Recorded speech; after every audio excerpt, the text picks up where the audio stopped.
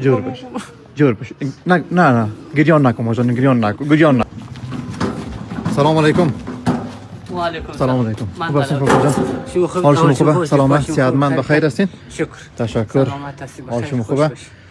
امروز چند کار کردیم؟ امروز امو خدایی که میپرستیم با مو خدایی اگر ما مسلمانیم یک بشه در خب قسم سریم اگر ما یک روپیه کار کنیم ما دین یهود گشتیم کوچه تا کوچه گیر نمی هیچ کار نکردیم. کار نی با خدا کار نکردیم با مو کلمه محمدی قسم.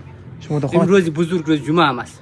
شما ما در خانه خودم چند نفرین در 6 خانه؟ سر 3 دختر داریم کسی که دروغ بگه یمان مستور لا اله الا الله محمد رسول الله جایش قان پدرنلتیم 6 اولاد داریم یک بچه داریم 12 ساله. خب 3 دختر داریم یک سیاست مریضی چیه یعنی می که دقیقی دیسکم میزنه روماتیسم. خب برادر خانه کراییم خانه ما 3 مدر کرا میدیم از مردم ترکمونه.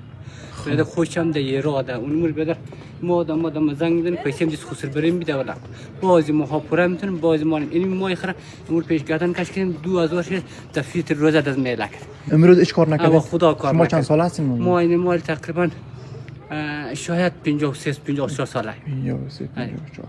اگر ما کرای خانه شما رو بیتون خوش ماشین؟ ای باش خوش نمیشم خدا راضی باشه اما کسی که برادر کمک امام زمان راضی باشه ما روز قیامت شما دعا میکنم در دنیا و آخرت خور نشید پیش امام زمان خوشی میکنم برای شما برادر از کلو خوبی موشه کمک از کلو موشی جور باشه جور ما وضع خرابه جور ما خدا اینی 4000 روپیه ماجان کرای خانه شما اون 1000 روپیه شده مصرف کنین ماجان.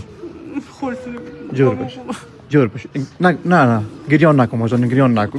نونی بیننگی بسیار بده مفهوم ولی روزگار خراب مفهوم گریان ما نکن قصد نداریم مفهوم ما چیزی که توان باشه بلش می خدمت کنم ماجان. جور باشه نه گریان نکن